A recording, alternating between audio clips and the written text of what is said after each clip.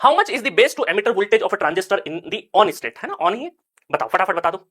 चलो मैं कर देता हूं फटाफट, बाकी लोग रिकॉर्डिंग में देखेंगे। देखो ट्रांजिस्टर कैसे बनता है, ये होता है बेस, ये होता है कलेक्टर, है ना, और ये होता है एमिटर, ये होता है एमिटर।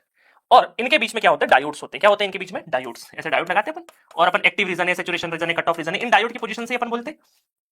क्लियर है? तो यहां पर जब ये ऑन होगा, इसका मतलब क्या है, अगर ये आइडियल होता, ये आइडियल डायोड होता, तो कोई भी हमारा क्या है, थ्रेशोल्ड वोल्टेज कुछ भी नहीं रहता।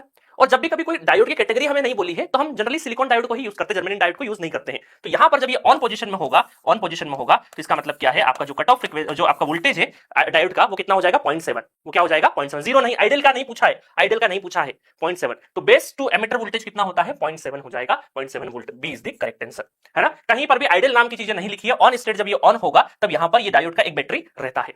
ठीक है, आइडियल होता तो हम यहाँ पे 0.7 को कंसीडर नहीं करते, बट आइडियल कहीं पर भी हमें नहीं लिखा है। और जनरली एनालॉग में बेस टू एमिटर वोल्टेज 0.7 हम लोग मानते हैं, क्योंकि सिलिकॉन बना हुआ है, सिलिकॉन से बना हुआ है। ठीक है, तो B is the correct answer, B is the correct answer. ठीक है, चलो नेक्स्ट क्वेश्चन देखें।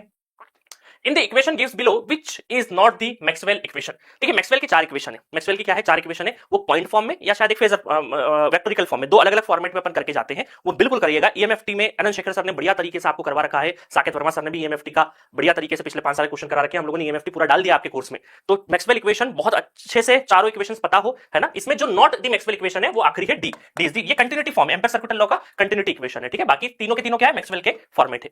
ठीक है, चलो नेक्स्ट क्वेश्चन करते हैं। Fifth number, the steady state error of a control system can be minimised bye.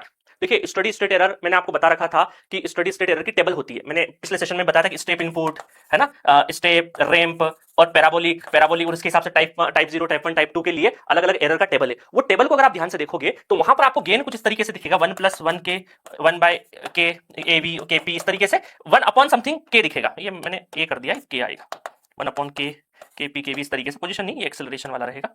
ठीक है, एनीवेज कोई दिक्कत नहीं। ठीक है, तो 1 अपॉन के रहेगा। ये टेबल ध्यान से देखोगे तो यहां पर क्या होता है, जैसे जैसे ये के क्या है, हमारा डीसी गेन है, जैसे जैसे हमारा डीसी गेन, आप क्या बोल रहे हैं यहाँ पे, स्टडी स्टेट और control system can be minimise by. तो स्टडी स्टेट एरर जो है वो इनवर्स प्रोपोर्शनल टू गेन होता है। तो अगर उसको मिनिमाइज करेंगे तो के जो डीसी गेन है वो हमारा क्या होना चाहिए, बढ़ना चाहिए। तो इंक्रीजिंग दी गेन के, इंक्रीजिंग दी क्या हो जाएगा, गेन के, तभी हम लोग क्या कर सकते हैं, स्टडी स्टेट एरर को मिनिमाइज कर सकते हैं। तो B is the correct answer, B is the correct answer. ठीक है, तो ध्यान रखना लॉजिकल तरीके से।